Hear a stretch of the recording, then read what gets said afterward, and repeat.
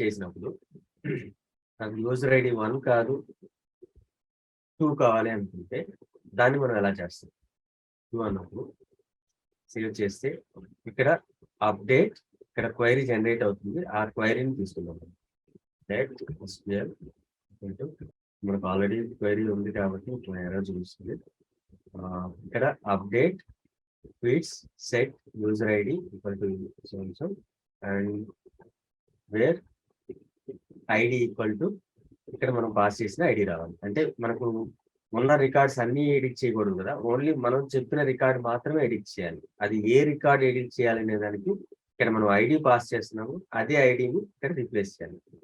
Let me do that first. That ID equal to దాన్ని access చేసుకోవాలంటే ఇక్కడ ఉన్న వాల్యూని మనం ఈ ఫంక్షన్ లోపల యాక్సెస్ చేయాలంటే రిక్వెస్ట్ పేరెంట్స్ అంటారు వీటిని. Request dot parents dot ID ఇక్కడ నేమ్ ఏది ఉంటే అది దాంతో యాక్సెస్ చేస్తుంది. ఓకే, ఇదే ఐడిని మనం ఇక్కడ యూజ్ చేయొచ్చు.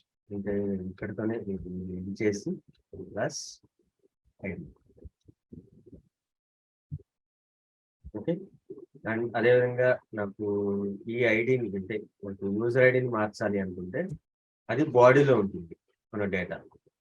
Body dot user ID. And నేను ఇలాగే ఇంకొక రికార్డును కూడా యాడ్ చేయాలి అనుకుంటే అంటే ఇప్పుడు మనకు యూజర్ ఐడి యాడ్ చేస్తున్నాం, ఎడిట్ చేస్తున్నాం. అదేవిధంగా ట్వీట్ని కూడా ఎడిట్ చేయాలనుకుంటే కామా సపరేటెడ్ గా ఇస్తాం అడిషనల్ ఫీల్డ్. ఈ బ్యాక్ టిక్స్ ఇచ్చినా లేకపోయినా అవసరం లేదు, కాకపోతే మనం బెస్ట్ ప్రాక్టీస్ ఏంటంటే యూజ్ చేస్తే బెటర్. సో ఇక్కడ ట్వీట్ చేసి tweet equal to single quotes, అది స్ట్రింగ్ కాబట్టి సింగిల్ కోట్స్ లో ఇస్తాము. అలాగా మనం ఉన్న అంటే క్వైరీలో ఉన్న వేరియబుల్స్ అన్ని మనం రీప్లేస్ చేసాం, వాల్యూస్ అన్ని వేరియబుల్స్ తో రీప్లేస్ చేసాము.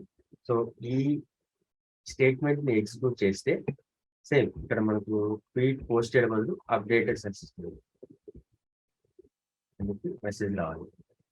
రిమైనింగ్ ఇంకేం మారదు. Let me execute this. Method మార్చాలి కదా, సారీ ఇందులో పోస్ట్ మెథడ్ కాదు, పోస్ట్ మెథడ్ ఆల్రెడీ యూజ్ చేసాం కదా. ఇక్కడ పుట్ అంటాం, put our patch. Put method ద్వారా మనం ఎలా ఎగ్జిక్యూట్ చేస్తాం.